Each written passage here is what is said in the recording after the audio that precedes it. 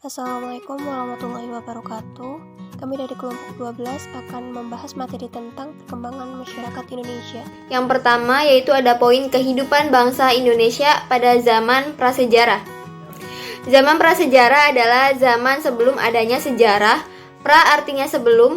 Zaman prasejarah ditandai dengan tidak adanya bukti-bukti atau keterangan-keterangan tertulis yang mengungkapkan peristiwa yang terjadi pada masa itu. 1. Jenis manusia purba di Indonesia dan budayanya.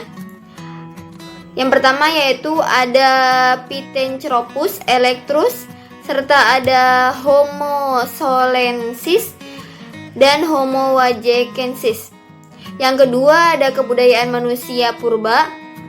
Ada kebudayaan ngandong, ditemukannya kampak, genggam, dan berbagai peralatan yang terbuat dari tulang dan tanduk, serta kebudayaan pacitan benda yang ditemukan yaitu alat seperti kapak tetapi tidak bertangkai.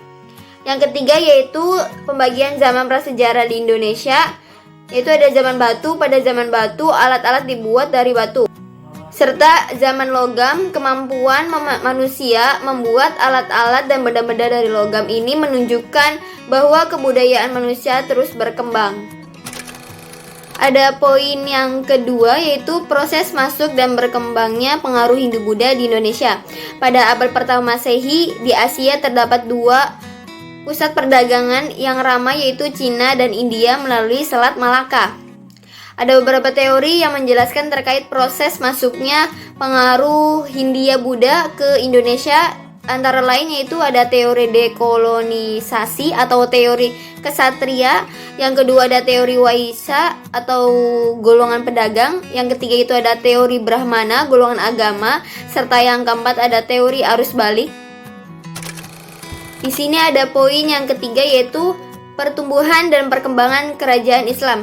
Menurut buku Sejarah Indonesia Periode Islam oleh Ricu Siddiq dan kawan-kawan, sejarah mencatat bahwa sejak awal Masehi, pedagang-pedagang dari Hindia dan Cina sudah memiliki hubungan dagang dengan penduduk Indonesia. Adapun beberapa perkembangan kerajaan Islam meliputi di Sulawesi masuknya melalui masyarakat Gotalo, serta di Kalimantan Tengah bukti kedatangan Islamnya adanya Masjid Ki Gede. Di urutan ke barat timur masuknya di Perlak bagian utara Sumatera. Di Jawa masuknya melalui pesisir utara Pulau Jawa, serta kemudian di Kalimantan melalui Pontianak oleh Sultan Syarif Abdurrahman. Dan yang terakhir yaitu di Kalimantan Timur, Islam masuk melalui kerajaan Kutai. Di sini ada poin selanjutnya yaitu zaman kolonial Belanda, serta pada akhir abad ke-18 VOC mengalami kemunduran akibat kerugian yang sangat besar dan memiliki utang yang sangat besar. Hal ini diakibatkan oleh beberapa yaitu persaingan dagang dari bangsa Perancis dan Inggris, serta penduduk di Indonesia terutama Jawa menjadi miskin. Pedagang gelap merajalela dan menerobos monopoli perdagangan VOC, serta pegawai-pegawai VOC yang banyak melakukan korupsi. Dan yang terakhir yaitu VOC mengeluarkan anggaran belanja yang cukup besar untuk memelihara tentaranya dan para pegawainya. Di sini ada poin yang yaitu penduduk Jepang dan perjuangan untuk merdeka, pengaruh kebijakan politik Jepang. Para tentara Jepang mereka akan mendapatkan kesempatan yang sebaik-baiknya dan seluas-luasnya untuk memacu dan mempercepat proses perjuangan, serta pengaruh kebijakan ini sangat besar karena BPUPKI menjadi wadah bermusyawarah tokoh-tokoh nasional dalam mempersiapkan kemerdekaan Indonesia. Kesempatan ini tak akan disia-siakan. Adapun manfaat lain dari kebijakan Jepang dalam politik yaitu diangkatnya tokoh-tokoh Indonesia untuk menduduki jabatan terpenting seperti Chung Sangi-in atau Dewan Penasehat Pusat, serta Sumubo Departemen Urusan Umum, serta Naimubu Departemen Dalam Negeri.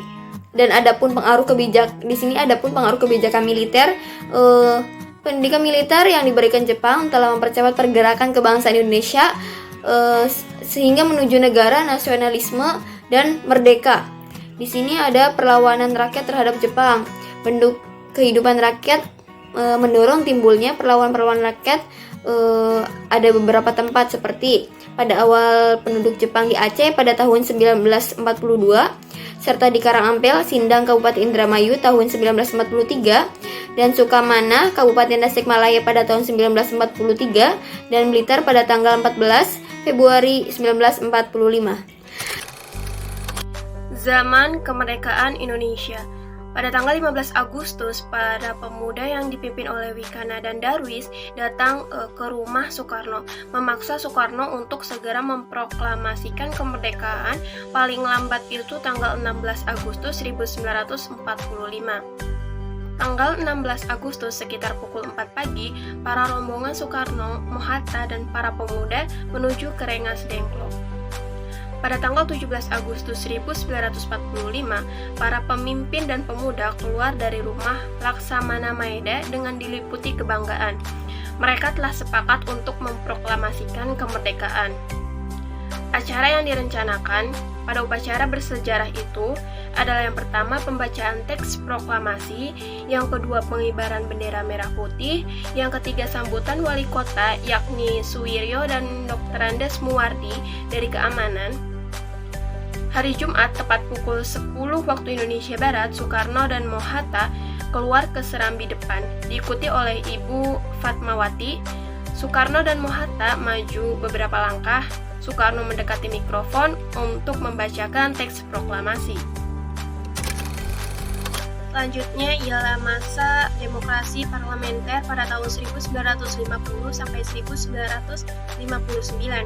Salah satu ciri yang tampak pada masa demokrasi parlementer adalah sering terjadinya pergantian kabinet, mulai dari kabinet Natsir, kabinet Sukiman, kabinet Wilopo, kabinet Ali Sastromijojo I, kabinet Burhanuddin Harahap, kabinet Ali Sastromijojo II, dan kabinet Juanda. Penyebab utama terjadinya pergantian kabinet pada masa demokrasi parlementer adalah karena adanya perbedaan kepentingan di antara partai-partai yang tidak pernah terselesaikan dengan baik. Pada masa ini, sistem kepartaian yang diterapkan memang bersifat multipartai. Pada zaman demokrasi ini, pemilu pertama di Indonesia berhasil dilaksanakan dan penampilan 4 partai besar dalam perolehan kursi hasil pemilu, yakni PNI, Masyumi, NU, dan PKI. Selanjutnya masa demokrasi terpimpin pada tahun 1959 sampai 1965. Dinamika politik yang terjadi pada masa demokrasi terpimpin antara lain diwarnai dengan tampilnya dua kekuatan politik di Indonesia yang saling bersaing, yaitu PKI dan Angkatan Darat. Pada masa demokrasi terpimpin, Indonesia melakukan operasi militer untuk membebaskan Papua dari penjajahan Belanda atau Trikora. Kebijakan ekonomi yang dilakukan pada masa demokrasi terpimpin antara lain berupa pembentukan Dewan Perancang Nasional dan Deklarasi Ekonomi, serta dilakukan devaluasi mata uang. Proyek mercusuar berupa pembangunan Monas, komplek olahraga Senayan, pemukiman Kebayoran juga berlangsung. Masa Orde Baru pada tahun 1966 sampai 1998. Pembangunan menjadi prioritas kebijakan pemerintah Orde Baru. Program berupa rencana pembangunan 5 tahun menunjukkan adanya pelaksanaan tahap demi tahap pembangunan yang dilakukan dengan prioritas pembangunan tertentu. Pada masa ini, sistem kepartaian disederhanakan oleh pemerintah Orde Baru sejak awal tahun 1970-an ke dalam 3 partai. Pada akhir masa Orde Baru, terjadi krisis ekonomi, kemudian terjadinya KKN, kolusi, korupsi, dan nepotisme. Dan tuntutan demokrasi menjadi alasan gerakan mahasiswa yang akhirnya menjadikan orde ini diganti dengan Orde Reformasi.